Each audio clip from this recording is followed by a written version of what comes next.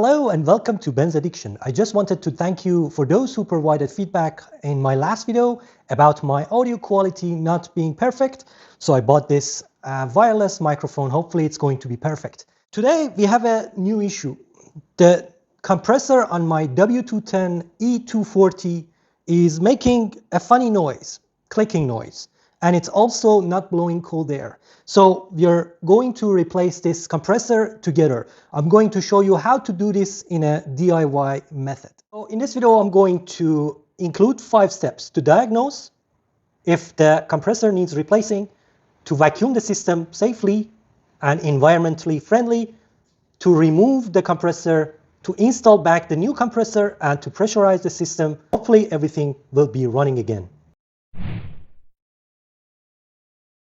The tools you might need is going to be, you need a bottle, AC gas bottle, empty one, to store the gases inside your system in, if there is any in your system, of course. I'm using this old external AC unit that the neighbor did not need it to push all the gases inside again. This helps me to do the job perfectly without needing one of those fancy, very expensive tools. So actually you can build yourself one using a refrigerator compressor as well. Those are very valuable in doing DIYs, as far as you know what you're doing. You need a vacuum pump. These are cheap on eBay, about $100 or less. You need a set of vacuum gauge with some hoses. So make sure you use safety glasses, especially when you are underneath the car and you're working with AC gas, because that's super dangerous and you don't know what comes into your eyes. So here's the part number if you need: 800-234-0911. That's a 7SB16C Denso. It's common between most of the Mercedes-Benz up to 2002 or something. These are with clutch compressor. We already worked on those without clutch, and you know them and you know how they fail. This is a similar process. The compressor is a bit different with a different part number. The compressor we are going to replace today is on my W210, as I mentioned before. So this car has 177,000 kilometers on the clock. And the compressor was kind of working very weakly. On idle, there was no cold air. And then around 3,000 RPM, it blew some cold air that was not sufficient. So when I hooked up my manifold gauges to the AC system, it was showing about 80 psi on both sides, the low and high. And with idle speed, there was no change in the high pressure or low pressure side. So that's when I realized the compressor is actually not working when it's engaged, when the clutch is engaged. And then when I revved the engine up, it started the clicking noise with a little bit more pressure on the high side and the low side a little bit lower. And that was not providing enough cooling for the cabin. But the AC compressor started to make noise. So definitely there was some internal issue with the compressor. It was going and it was time to replace it. It is important to not run the compressor, an AC system, if you feel it's making a noise. Because if the internal parts fail and it sends all the debris into these lines over here, you will definitely be in a big problem, and you need to replace the lines or flush the lines, and it's never gonna be the same again. So after you remove these caps from the low pressure, which is usually around this area, and high pressure, which is around this area on most of the Mercedes, and you hook up your gauges, you need to be cautious about environment as well. You should not release the gas to the environment. You should store it and then reuse it again. Pump all the gases inside that bottle. Let's start it.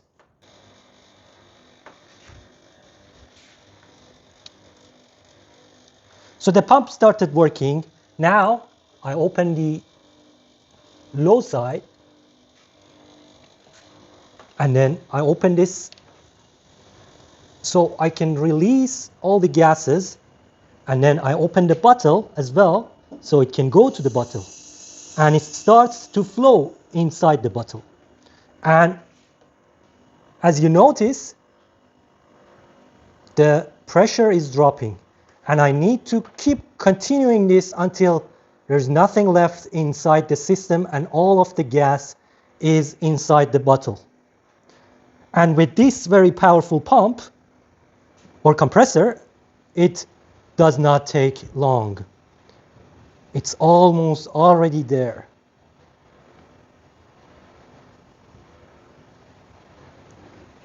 And when you notice the compressor is struggling and the vacuum and the system has a lot of vacuum and no gas in, it's time to close all the valves. Let's start from here. Close the valve, and then close this valve, and finally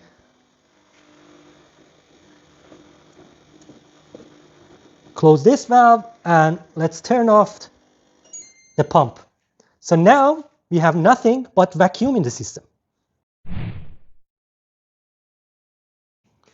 Okay, next step, we need to remove the serpentine belt, and that's possible using a 17 millimeter socket. And where you need to put it is, before removing the belt, take a good photo of the way your belt is going around the pulleys. With the belt removed, we go ahead and remove the compressor. There are 3 bolts. So as you can see, there are 3 bolts around the compressor, 1, 2, and 3. But before removal of those 3, we need to remove these 2 T40 bolts to remove the lines. And that's the first thing to do. And also the connector, which is easy, relatively easy to remove. Okay, let's remove the 8 millimeter lower plastic or the splash tray from underneath the car.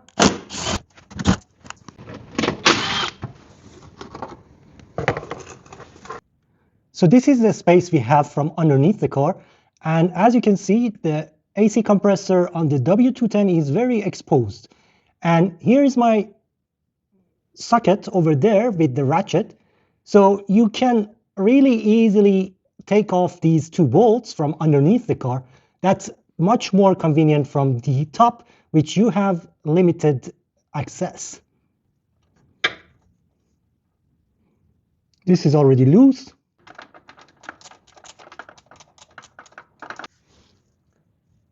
This is the 6 millimeter, the first one that came off.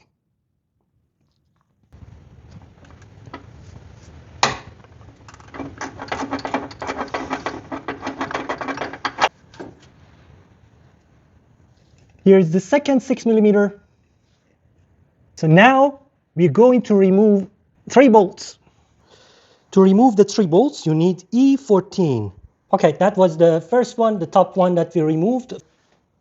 You can remove it from the side of the engine or the front of the engine, depending on the tools you have, but that's the E14. It's a long one. So let's remove the connector that you see on top first, and then we go ahead and remove the both E14 bolts.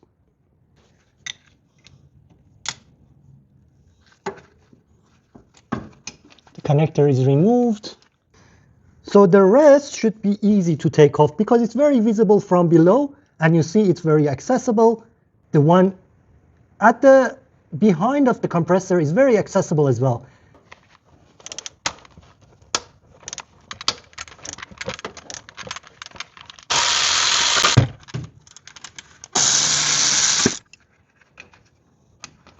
Get it out of the way, and hopefully we will be able to remove it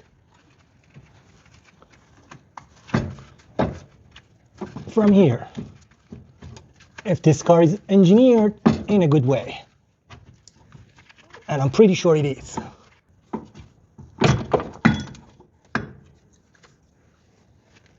Okay, here is all that we removed: the old compressor, dirty and very tired.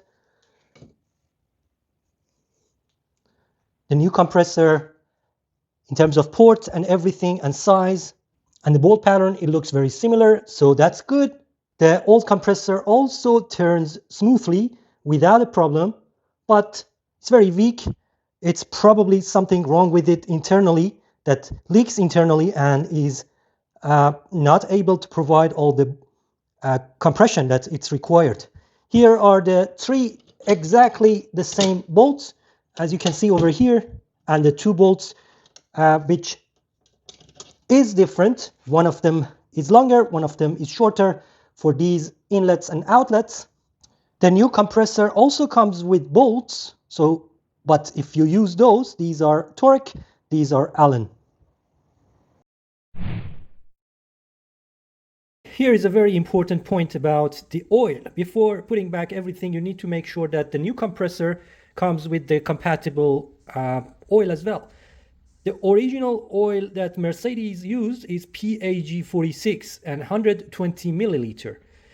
Just check with the supplier or manufacturer that there is oil pre-filled. In this case, my AC compressor is pre-filled with 160 milliliter plus 20 milliliter of oil.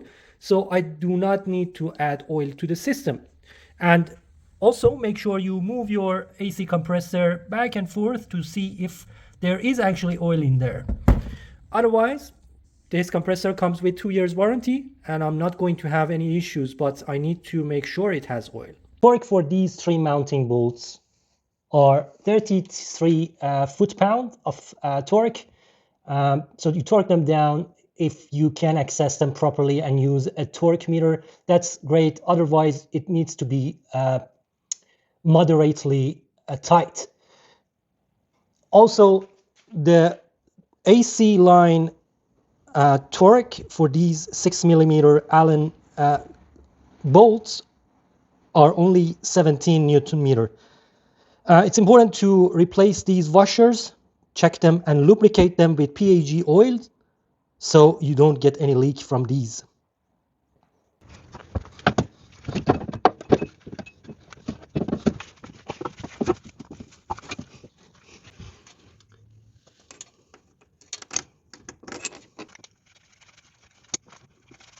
So one bolt in, is the second bolt.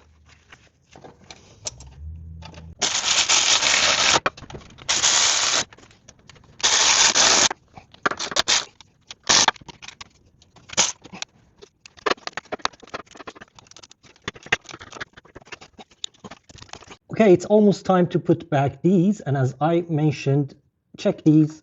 If you do not have the O-ring, make sure it's lubricated, well lubricated before putting back on. Now, I'm ready to remove the plugs for the new AC compressor because these needs to be plugged and stay plugged until the last moment. You don't want to drop any debris inside the AC compressor.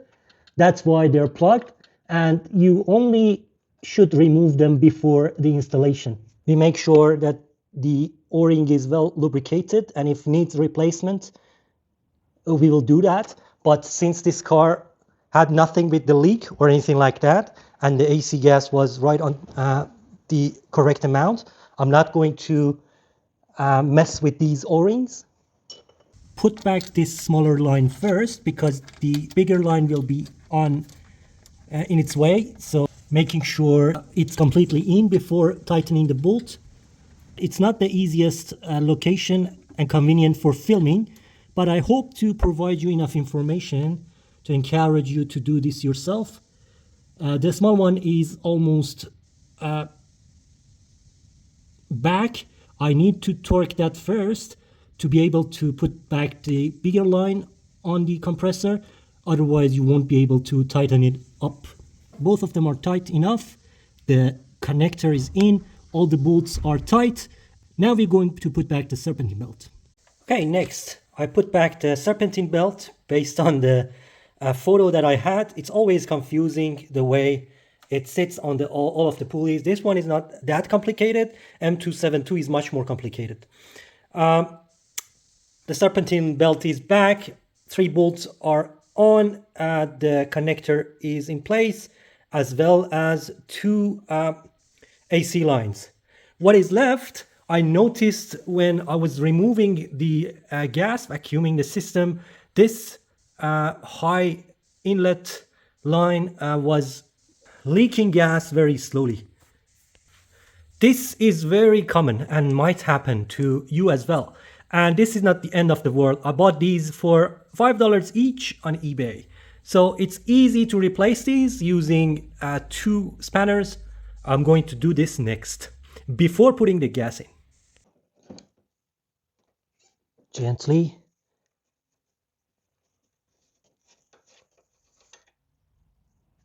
So you see, it is also possible to replace the valve inside, but I did not have the valve, so I'm preferring to replace the whole thing, including this O-ring over here. And here is the replacement, very, very similar, with new O-ring.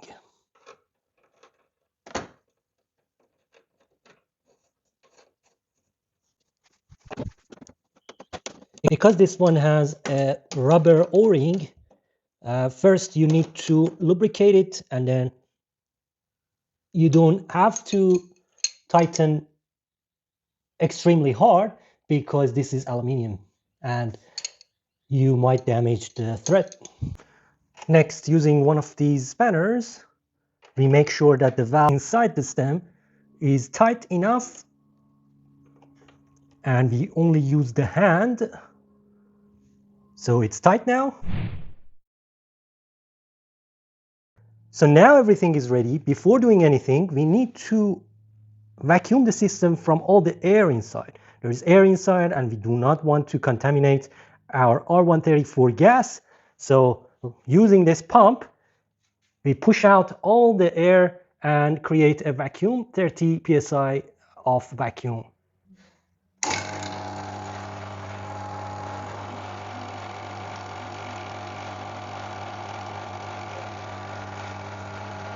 Okay, 10 minutes later, and we have vacuumed the lines and the system of the air. Then again, I have switched over the hoses, and now if I open up this valve over here, making sure this one is tight and the valve is open,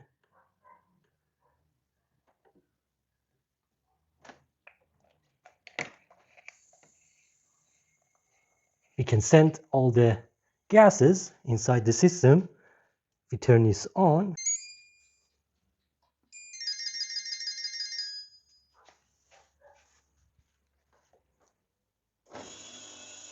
So the pump is pushing all the gas inside the system, and now the pressure in the system is going higher. So we'll wait until there's nothing left in the bottle, and then we are good to start the engine and run the AC. Also, I'm checking this valve that I just replaced using soapy water, and it's very good. There's nothing coming out, and the system is almost pressurized. I can still hear hissing sound from the bottle, so I'll give it another 5-10 minutes, making sure inside that bottle is only vacuum and not gas.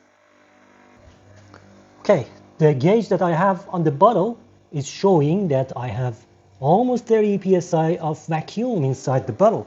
So that means I have all the gas back into the system, so I can now close off all the taps and start the engine and run the AC. And let's see how we've done.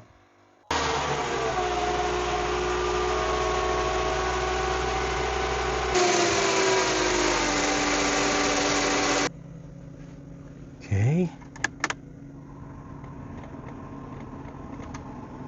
The healthy pressure on the low side and high side for W210 is between 30 and 40 on the low side and 170 to 250 on the high side. And I can see this is almost perfect now. The clutch is engaged. Inside the car is cool, and this vent over here shows 4.9 degrees. And the temperature outside is 22 degrees. So it's pretty cool over here on the very low setting. And make sure you check everything at the end and make sure the high side, low side, and the valves are not leaking. Hey guys, thanks so much for watching. Do not forget to like, subscribe if you haven't done so. Have a great day. Enjoy your Mercedes. Bye.